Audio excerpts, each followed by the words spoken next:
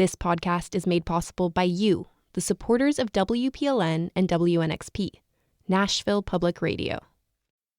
This is the Nashvillager Podcast.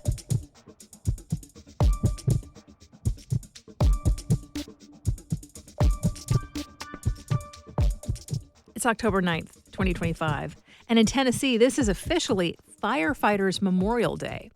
There is a monument to people who lost their lives battling for fires across the state.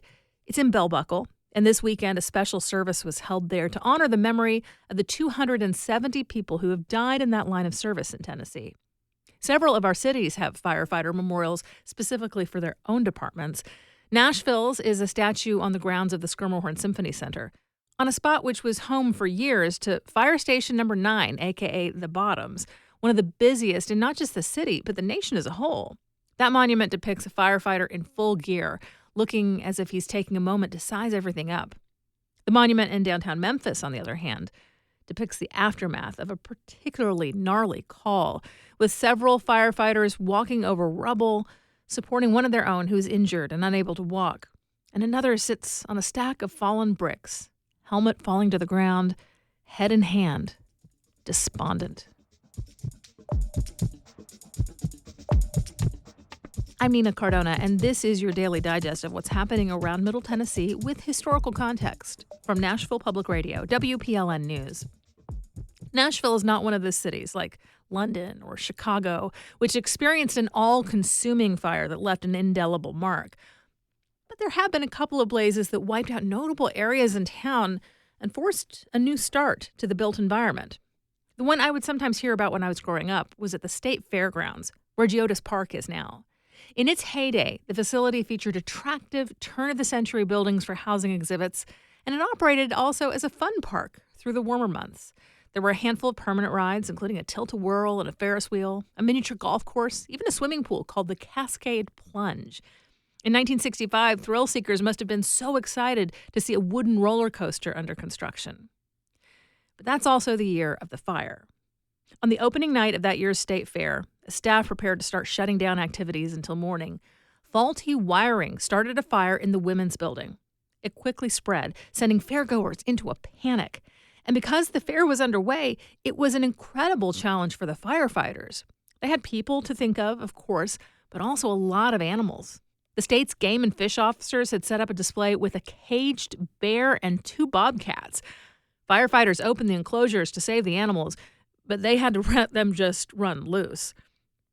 18 people were injured. The exhibit buildings and grandstand were destroyed. The damage totaled about $10 million. But thanks to the work of those firefighters, the impact was mostly contained to the actual fair itself. The adjacent fun park survived, including that brand new roller coaster. Now, like I said, I used to hear about that fire every now and then from people lamenting the ugly utilitarian cement block structures that were built to replace the formerly impressive exhibit halls. But somehow I don't think I've ever just casually heard mention of the much bigger blaze that devastated East Nashville back in 1916.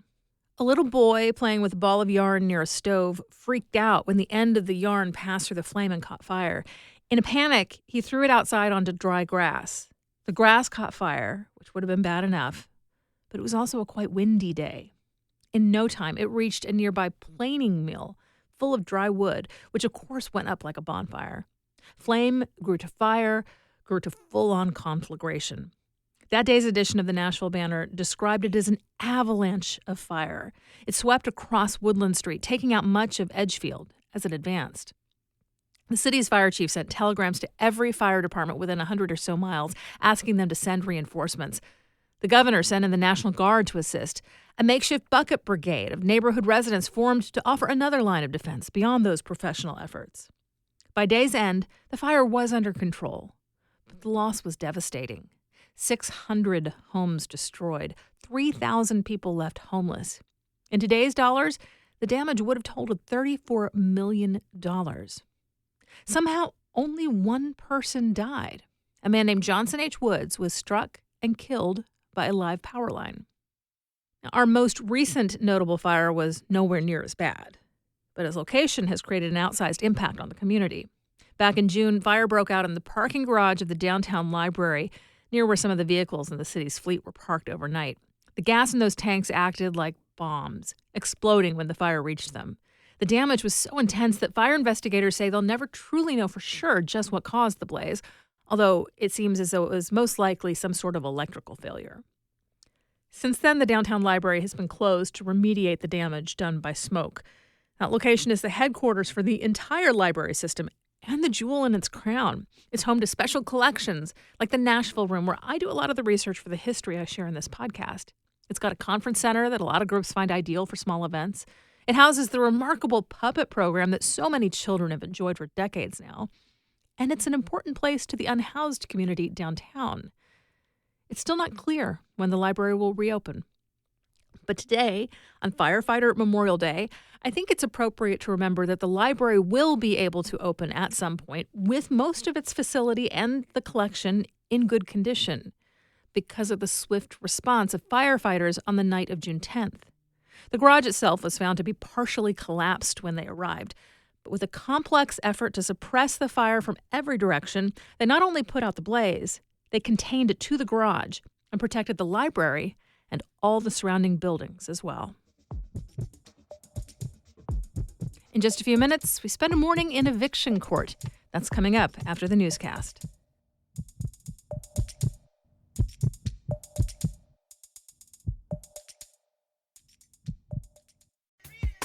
Nashville Public Radio is always here to keep you informed, whether it's the latest news or music you should check out. Every week, What Where Wednesdays shares the latest happenings taking place right here in Nashville by talking to members of our community, putting on events in your neighborhood and beyond. So tune in to What Were Wednesdays every Wednesday, and you can always find events at WNXP.org/events.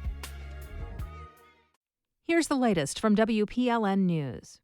Memphis, Nashville, Knoxville, and Chattanooga have some of the highest rates of gun violence in the nation. But these cities are not tackling the underlying causes of that violence, according to a new report.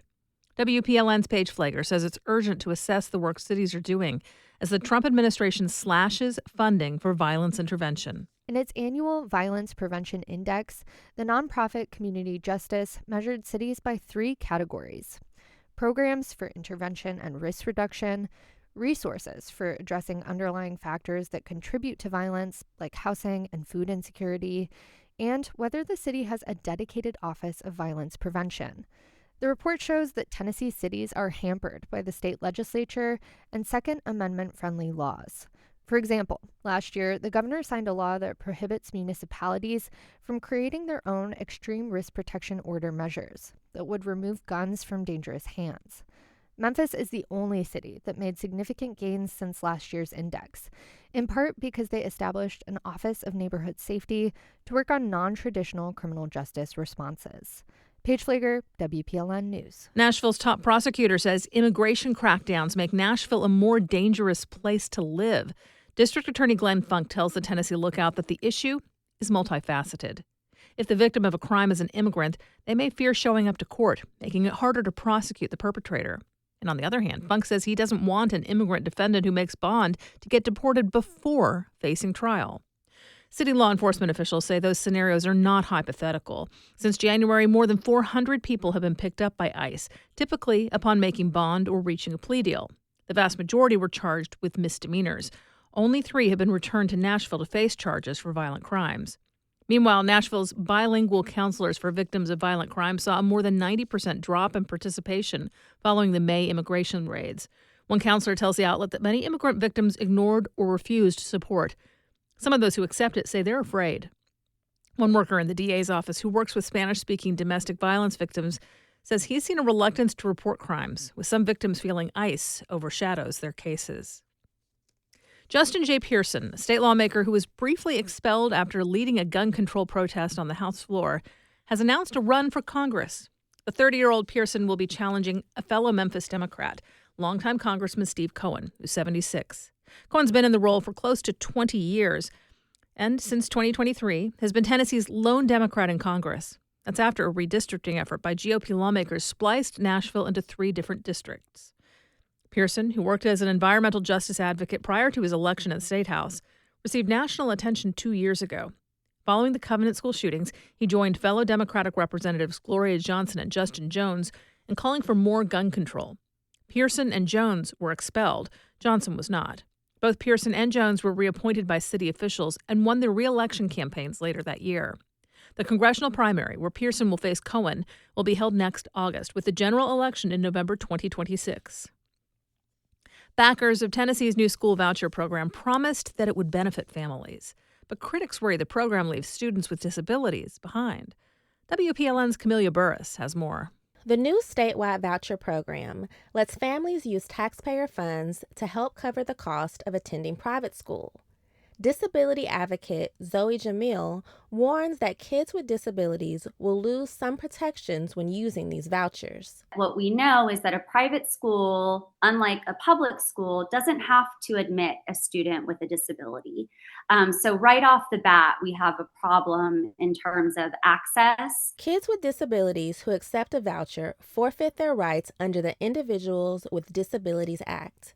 This includes a right to an IEP, which is a plan tailored to a student's specific needs. A young person might have to go off campus to receive some of that, like tutoring or one-on-one support that they would otherwise get for free in the classroom in a public school. Some lawmakers wanted more protection for these students when the program was up for a vote during a special session earlier this year. Representative Chris Hurt, a Republican from Halls, introduced an amendment to prevent private schools that accept vouchers from discriminating against kids with disabilities. Lawmakers voted down that language. Some took issue with the word discriminate, concerned it would preclude schools from asking what disability a student has before admitting them. Hurt disagreed. Members, we should have no problem with the word discriminate being put in a bill to protect students with special needs. The Tennessee Department of Education isn't tracking how many vouchers go to kids with disabilities, making it hard to determine how the program is affecting these students. WPLN News, Camelia Burris. Tech giant Oracle has revealed renderings of its billion-dollar East Bank campus. They include a lush landscape and a luxury hotel with low-rise buildings spread across 76 acres. The Nashville Business Journal reports Oracle has already spent nearly $400 million amassing the site over the last 4 years. Oracle co-founder Larry Ellison has said this is going to be the company's world headquarters. The cloud computing business is pledged to employ 8,500 workers on the site by the end of 2031. The city of Columbia has unveiled a statue of Thurgood Marshall on a roundabout near its main downtown square. Marshall was the U.S. Supreme Court's first black justice, serving from 1967 to 1991. Before that, he was the top lawyer for the NAACP, and that work, which was sometimes perilous in the segregated South, took him to Columbia years earlier. The statue is a gift from the Columbia Peace and Justice Initiative in collaboration with city leaders. Amid health concerns and canceled shows, Dolly Parton addressed fans on Instagram yesterday in a post captioned, "I ain't dead yet." Last week, Dolly postponed her upcoming Las Vegas residency, citing health challenges. Fears over her health continued after her sister posted on Instagram that she was up all night praying for the Tennessee icon. Dolly addressed her fans yesterday afternoon. I let a lot of things go that I should have been taken care of. Nothing major, but I did have to cancel some things so I could be closer to home, closer to Vanderbilt, where I'm kind of having a few treatments here and there. But I figured if you heard it from me, you'd know that I was okay. So I love you for caring and keep praying for me. It's already been a tough year for the 79-year-old Parton, whose husband of nearly 6 decades passed away in March. You'll find more news anytime at WPLN.org. As rent has increased in Nashville, renters' rights haven't seen much change. In fact, Tennessee offers fewer protections to tenants than almost any other state in the country. Renters can also face an uphill battle when hit with an eviction notice. To change this dynamic, Metro created the Eviction Right to Counsel pilot program to offer free legal services to impacted Nashvillians. Now in its 4th year, the program has represented over 2,400 renters. To learn more, WPLN's Josh Deepen spent a morning in eviction court. It's a summer morning at the Metro Nashville Courthouse. Judge Sam Coleman opens the session by calling off a rather long but typical docket. Most here are landlords hoping to recoup lost rent payments. Fordview Park homeowners versus LaShonta Hayes. Present for the plaintiff, Your Honor. Fault! The judge announces a default judgment when evicted tenants did not show. Fault! It'll be a dismissal, Your Honor. Dismissal granted. Yes, Your Honor. Tenants who do show up and can't afford representation may have the option to seek help from the Eviction Right to Counsel. Attorney Liz Liserson represents the Legal Aid Society of Middle Tennessee. We have staff here from the Nashville Hispanic Bar Association and from Legal Aid Society where we can give tenants information about their rights and options and so on. And many in Nashville have seen a positive outcome, like Marilyn Massey. I'm suing a property. 2 years ago, I had a stroke and stuff, and I'm handicapped. They put me up some stairs where they didn't supposed to put me at. I gave them a doctor's statement and everything. It was hard for me to get in touch with them. 2 years later, they trying to sue me, so I'm returning the favor and call Legal Aid to help me pursue my lawsuit. What are you hoping to get out of this? Justice, pain and suffering and all that stuff. And I want my deposit back. They didn't want to pay my deposit. Recently evicted tenant Jonathan Son says he felt blindsided by his landlord when he was handed his eviction notice. I got injured at work. I realized I was going to be late with the rent because I haven't received any compensation. So I notified them almost 2 weeks in advance that I would be late. And from that moment on, they started harassing, threatening, and nonstop nightmare from my landlords. But John Ellis, the attorney representing Son's landlords, had a different point of view. He says Son became belligerent and they felt eviction was the only option. We're not happy about having to evict him. We're not happy the situation occurred. But at the end of the day, my clients have a mortgage on the property and they have to pay that. And if people don't pay their rent, they can't pay their mortgage. And that may sound cold, but at the end of the day, we do what we have to do. The attorney says for landlords, removing a tenant is typically not the first plan of action, and it comes with its own headaches. They would rather keep the tenant and receive their money.